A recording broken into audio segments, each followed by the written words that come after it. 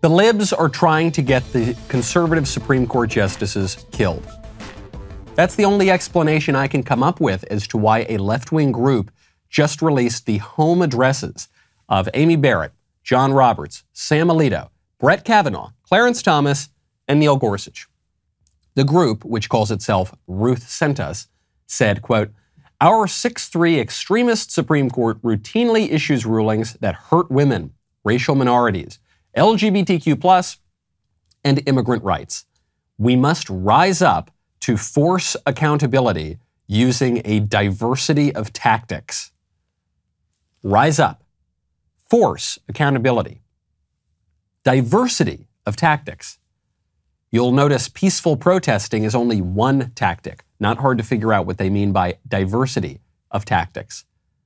But this is just one radical group, right? Just some fringe leftist terrorists that have nothing to do with actual Democrats in power, right? No, actually. It turns out that the Democrats in power at the highest levels of power are refusing to condemn the threats and intimidation. These activists posted a map with the home addresses of the Supreme Court justices. Is that the kind of thing this president wants to help your side make their point? Look, I think the president's view is that there's a lot of passion, a lot of fear, a lot of sadness from many, many people across this country about what they saw in that leaked document. We obviously want people's privacy to be respected. We want people to protest peacefully if they want to protest. That is certainly what the president's view would be. Listen, sometimes people get passionate and they send violent mobs to scare or even attack the families of judges, okay? It's passion, right? Even by the libs' standards, it is hard for me to believe what I am hearing from Jen Psaki. But then Jen Psaki goes even further. She makes it clear she was not stuttering. So he doesn't care if they're protesting outside the Supreme Court or outside someone's private residence? I don't have an official U.S. government position on where people protest. We want it, of course, to be peaceful. And certainly the president would want people's privacy to be respected. But I think we shouldn't lose the point here. The reason people are protesting is because women across the country are worried about their fundamental rights that have been law for 50 years. Their rights to make choices about their own bodies and their own health care are at risk. That's why people are protesting. They're unhappy. They're scared. That's the official White House position. The official White House position on threats against the lives and families of the Supreme Court justices at their own homes is F around and find out. That's what she's saying. The crooks who cry crocodile tears over the horn hat guy dancing around the Capitol Rotunda on January 6th, the greatest threat to our North. These people are now shrugging their shoulders when their own fellow partisans send angry mobs to intimidate judges' families. They want to scare them. They want to scare all of us. They want us all to give up and back down and hand over the country. The overruling of Roe versus Wade is the perfect moment for reflection. It's a time when the libs and even many conservatives thought that we would be finished. And now they're starting to realize that we're only just getting started. This guy, Simon Gwynn, this blue check mark on Twitter, liberal blue check, suggests that the libs should go and assassinate Sam Alito and Clarence Thomas in his thought experiment. He's since deleted the tweet, which was allowed to stay up, by the way. The Twitter didn't take it down.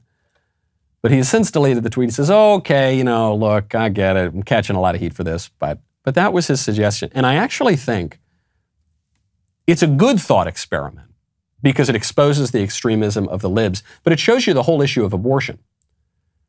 The thought experiment that this blue check poses is, should we commit an action that is intrinsically immoral to achieve an end that we think is good? Even though it's not really good, but we think it's good. That's a perfect analog for abortion. Abortion poses this question to people.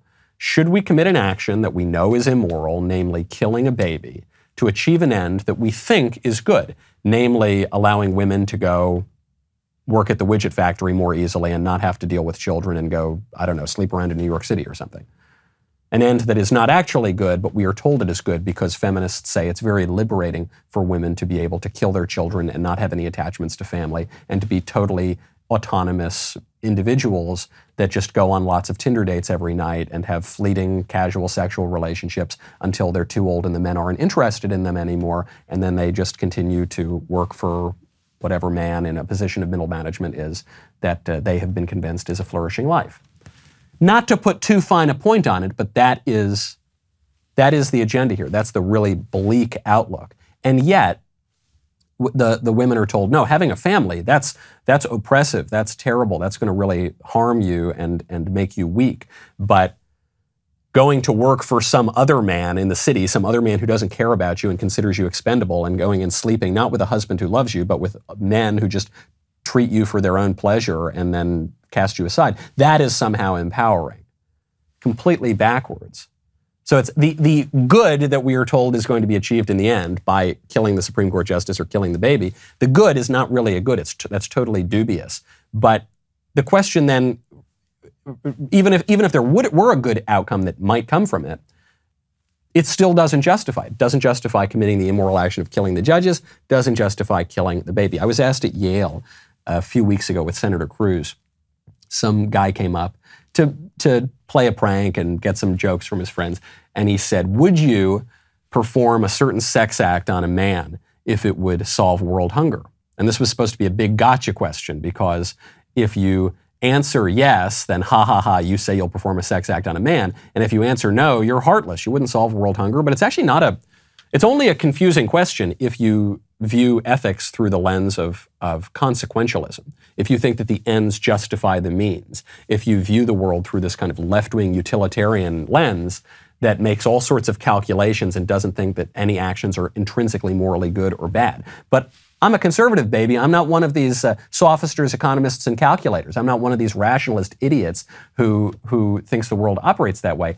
I think that actions are good and bad in and of themselves, and that's the only thing that matters. No, don't do the weird sex thing with the dude. No, don't kill Sam Alito and Clarence Thomas. No, don't kill the baby either. I'm so glad you liked that clip. Now, ring that bell, smash that like, click that subscribe, I don't know, whatever the lingo is. Make sure you get all the notifications. Also, head on over to The Michael Knowles Show at Apple Podcasts, Spotify, Stitcher, Google Play. We'll see you next time.